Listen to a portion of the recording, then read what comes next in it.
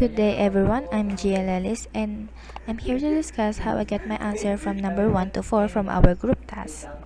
Given, the limit of f of x as x approaches to a is equal to 5. The limit of g of x as x approaches to a is equal to negative 3. And the limit of h of x as x approaches to a is equal to negative 2. Compute the following limits. For number 1, we have the limit of 3 times f of x plus g of x over h of x as x approaches to a.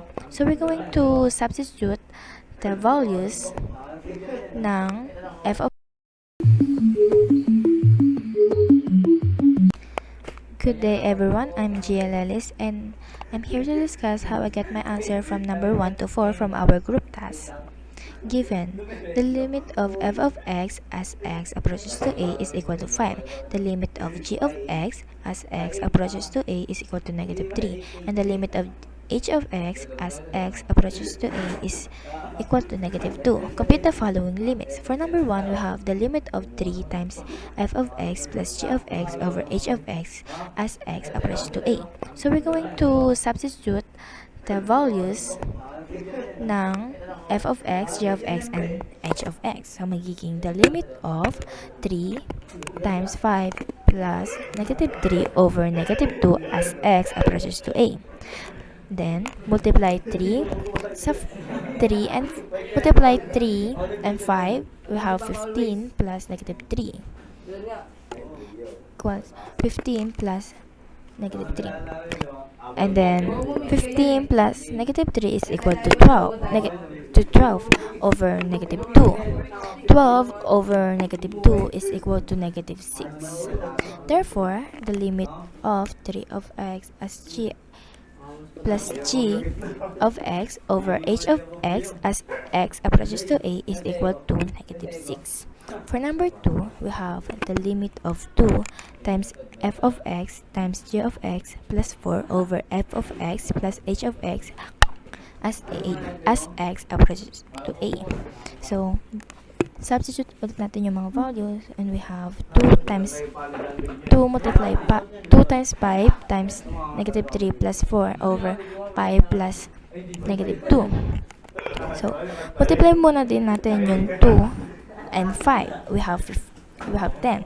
Multiply 10 sa negative 3 and we have negative 30 plus 4 over 5 plus negative 2. Negative 30 plus 4 is equal to negative 26. And sa baba naman, 5 plus negative 2 is equal to 3. And then, wala na siyang common factor. So, di rin natin siya masyadong ma-evaluate. Ayan na yung answer niya talaga. Therefore, the limit of 2 times f of x times g of x plus 4 over f of x plus h of x is equal to negative 26 over 3. For number 3, we have the limit of f of x raised to 2 times g of x raised to 3 minus 7 times h of x as x approaches to a. Substitute ulit natin yung mga value and we have 5 raised to 2, negative 3 raised to 3 minus 7 times negative 2. Then, kukunin naman natin yung value ng 5 raised to 2 and yung negative 3 raised to 3. We have 25 and negative 27. Then, i-multiply muna natin yung 25 and yung negative 27. And we have negative 675. And then next naman is multiply din muna natin yung 7 at saka yung negative 2. And we have now is negative 675 minus negative 14. And the answer is 661. Therefore, the limit of f of x raised to 2 times g of x raised to 3 minus 7 times h of x as x approaches to a is equal to 661. Last, the limit of negative 2 times f of x plus 4 times g of x over f of x times h of x as x approaches to a. Substitute ulit yung mga values. And then, multiply muna natin yung negative 2 and 5. And we have negative 10. Then, multiply yung f, yung 4, and negative 3. And we have negative 12. Negative 12 plus negative 10 is equal to negative 22. And then sa baba naman, 5 times negative 2 is equal to negative 10. And then we're going to cancel their common factors na negative 2. So we're going to have a 11 over 5. Therefore, the limit of negative 2 times f of x plus g times g of plus 4 times g of x over f of x times h of x as x approaches to a is equal to 11 over 5. Thanks for listening. Hello everyone, my name is ALBANO and I'm here to show you how to solve the limit or compute the limit. So first, let's read the given. The limit of f of x equals 5 as x approaches to a, and the limit of g of x equal negative 3 as x approaches to a, and the limit of h of x is equal to negative 2 as x approaches to a. So the problem is the limit of square root negative 3 f of x and g of x over all or divide h of x as x approaches to a. So first, substitute the f of x, substitute the 5 into the f of x and g of x negative 3 and h of x is equal to 2. So substitute that. So here's the outcome of final. So the limit of square root negative 3 times 5 times 3 divided or overall negative 2 as x approaches to a. So first times 5 times negative 3 is 15.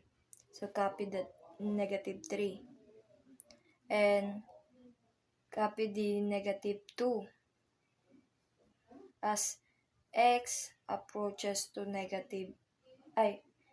as x approaches to 9. Sorry. And so negative 3 times 15 is equal to 45. The limit of square root 45 divided by 2 as x approaches to a. So first, let's get the square root of 45. Square root of 45 is equal to 6.71. 6.71. The limit. Wait. 6.71 divided over negative 2 as x approaches to a. So try here.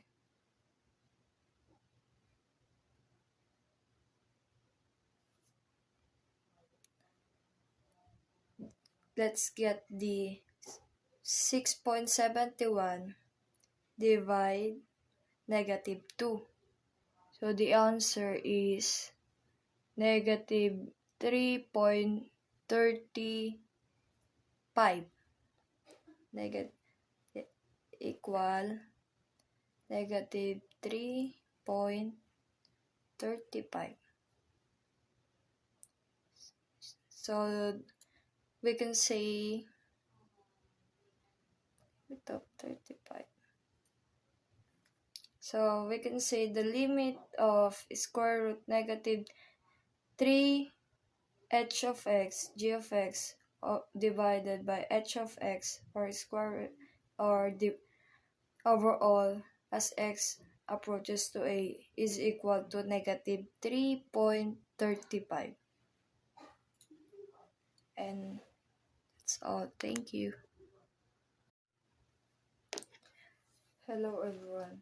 My name is ALBANO and I'm here to show you how to solve the limit or compute the limit. So first,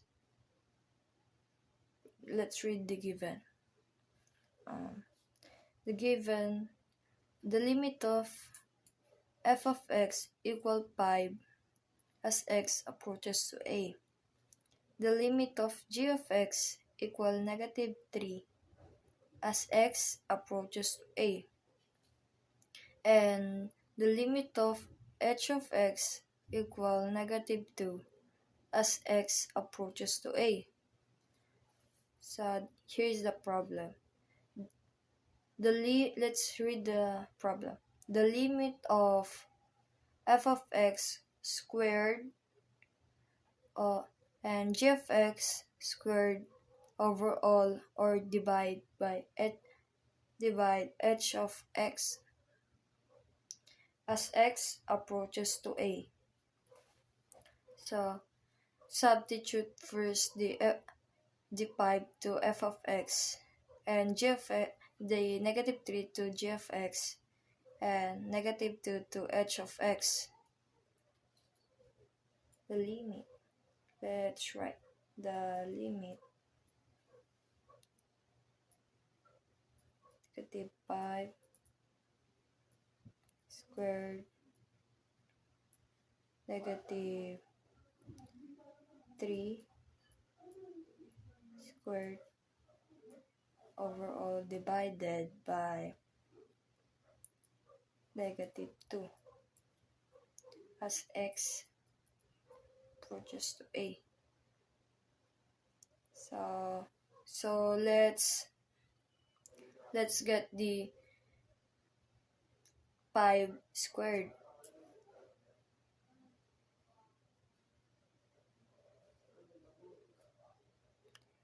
Five squared is equal to 25.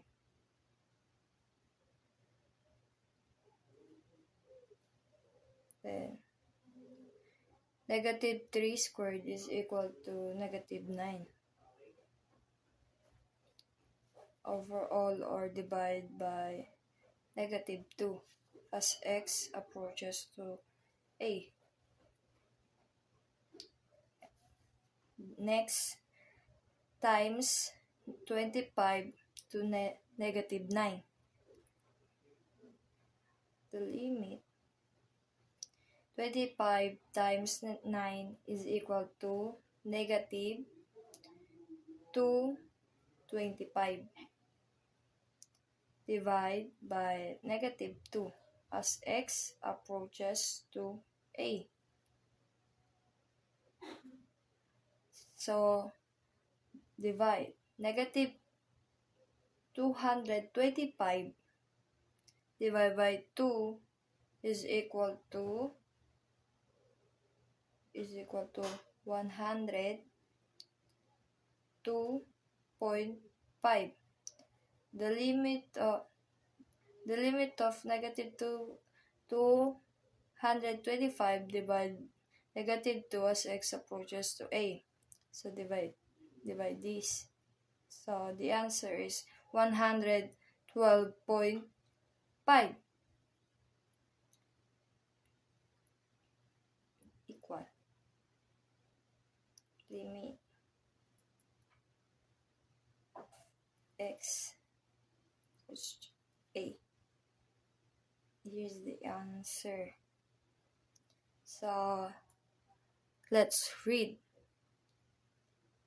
The limit of f of x squared g of x squared overall divide h of x as x approaches to A is equal to 112.5. So let's write the limit of f of x squared g of x squared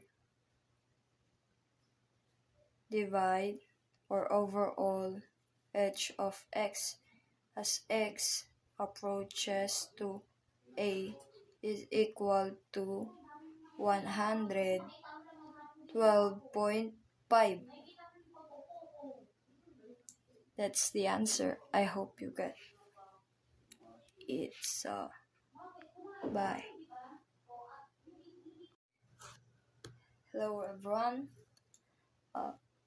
Let's move on to number 7 or example number 7. Same given. The limit of f of x equal 5 as x approaches to A. The limit of g of x equal -3 as x approaches to A. And the limit of h of x equal -2 as x approaches to A. So let's read the problem. The limit of parenthesis 3 bracket of f of x squared minus g of x and h of x as x approaches to A. So first substitute the 5 to f of x and -3 to g of x and h of x -2 to h of x. So let's write the limit.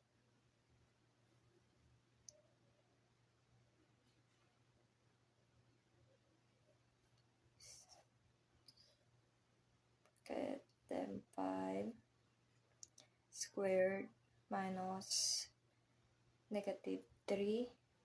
I need to put the open and close parenthesis. So -2 and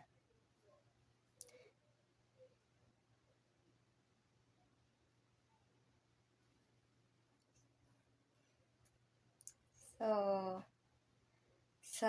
we need to get the square and the square root of 5 of x as x approaches to A. Then limit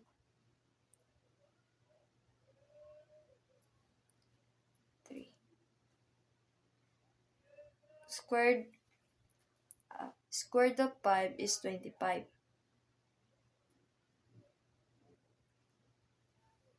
minus copy the 3 and 2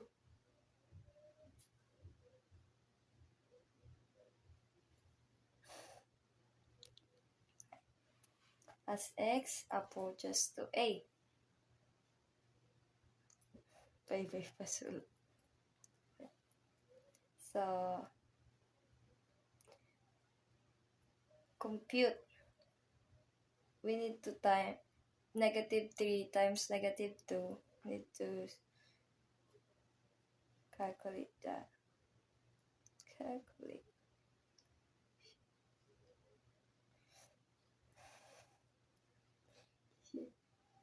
Pardon me. Oh, she -3 -5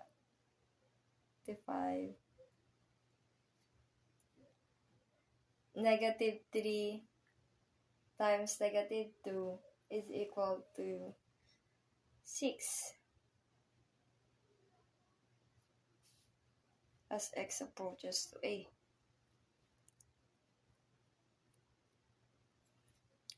So move on. Let's move on to 3 times 25 is equal to 75 minus 6 as x approaches to A. 75 minus 6 is equal to 69 equal to 69. Okay, that's the answer. So let's write the limit of 3 bracket f of x squared minus g of x h of x as x approaches to a is equal to 69. That's the answer, 69. I hope you get it.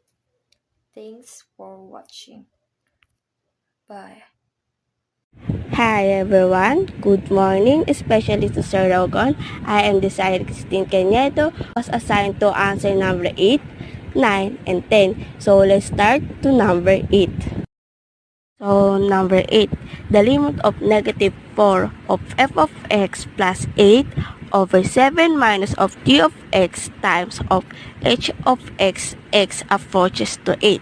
So therefore, we're going to substitute all of the value of f of x, g of x, and h of x. So the limit of negative 4 times 5 plus 8 over 7 minus negative 3 times negative 2. How can I get it? It's because negative 4 times 5 plus 8 is equal to negative 20, copy to 8, and to negative 3 times negative 2 is equal to 6, copy to 7 is equal to negative 12 over 1 or negative 12.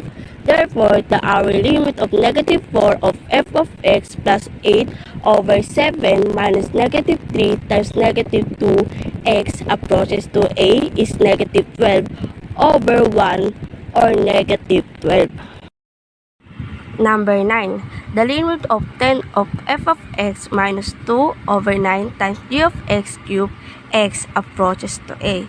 So the next step that we're going to do is substitute all of the value of x, which is f of x, g of x, and h of x.